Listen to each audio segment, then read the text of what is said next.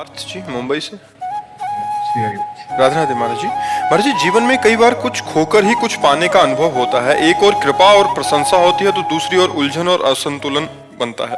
ऐसे समय में जब मन को भविष्य की चिंता और संबंधों में कठिनाई महसूस हो तब भक्ति को कैसे स्थिर और निर्मल रखें? नाम जप। उस समय नाम जप को पकड़ लेना चाहिए। जैसे अब तूफान आ रहा है तो हम किसी पहाड़ का आश्रय ले ले तो सुरक्षित हो जाएंगे, क्योंकि तूफान माया का है, बहुत बड़ा तूफान है। कभी कभी ऐसी घटनाएं होती हैं, ऐसी परिस्थितियां आ जाती हैं कि केवल एक ही रास्ता दिखाई देता है। जब ऐसी स्थिति आवे उस समय भगवान का आश्रय लो और नाम जप करो। देखो तूफान ऐसे ऐसे उड़ जाएगा और आप बिल्कुल बच जाएंगे।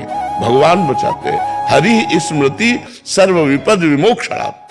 भगवान का स्मरण तुरंत विपत्तियों का नाश करता है। तो जहां विपत्ति में फंसे, जहां ऐसा लगे अब मेरा माइंड काम नहीं कर रहा, उस समय विशेष भगवान का नाम स्मरण करे। भगवान से जुड़े, संसार का सहयोग न ले, संसार के किसी व्यक्ति से फोन करके सहयोग न ले कि आप हमें थोड़ी समस्या का समाधान, वो और फंसा देगा।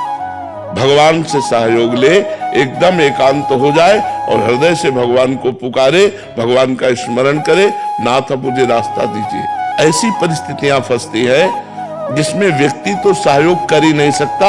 अगर किसी व्यक्ति के सहयोग की सोची जाए तो और बिगाड़ देगा, वो संभाल नहीं पाएगा, वो हमारी समस्या को नहीं समझ पाएगा।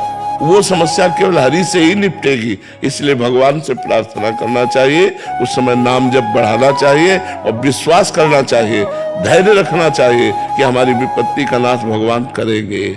हरि स्मृति सर्व विपद विमोक्षणात्। ये हम तुम्हें बिल्कुल पक्की बात कह रहे हैं। भगवान के सिवा कोई नहीं, सब असमर्थ नजर आते हैं।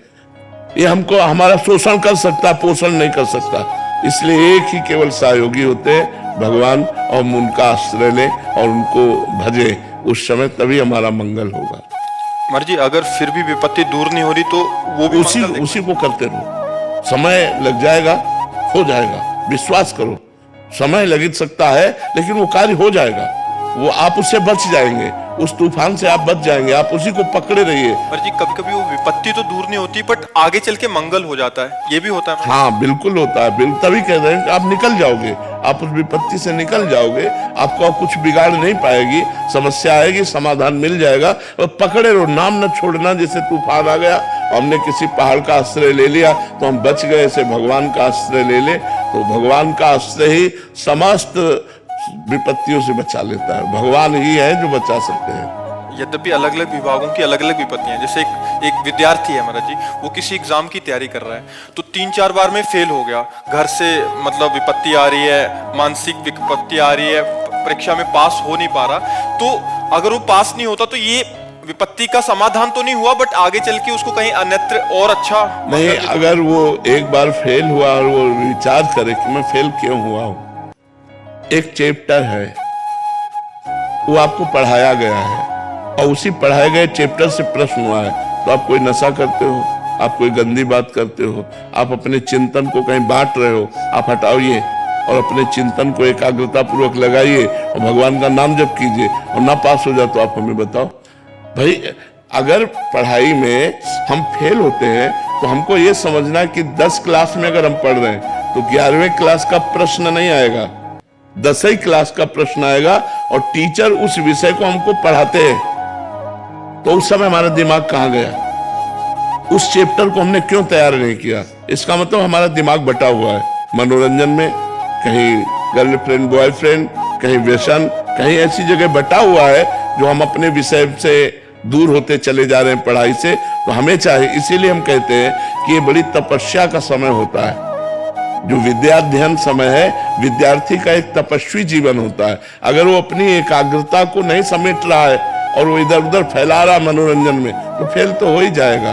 और भगवान का नाम जप करें और संयम से अपने चित्त को अपने पढ़ाई में लगावें तो निश्चित पास हो जाएंगे। क्योंकि चैप्टर एक सीमित है, क्लास का चैप्टर एक सीमित है, असीम नहीं है कि भाई कहीं से भी प्रश्न हो जाएगा। एक ग्रंथ है, उसमें कहीं से हो सकता है और वो आपको साल भर समय दिया गया है, आप उसको पढ़िए तो फेल कैसे हो सकते हैं। अगर एक बार फेल हो गए तो दोबारा हम उसकी चेष्टा करें।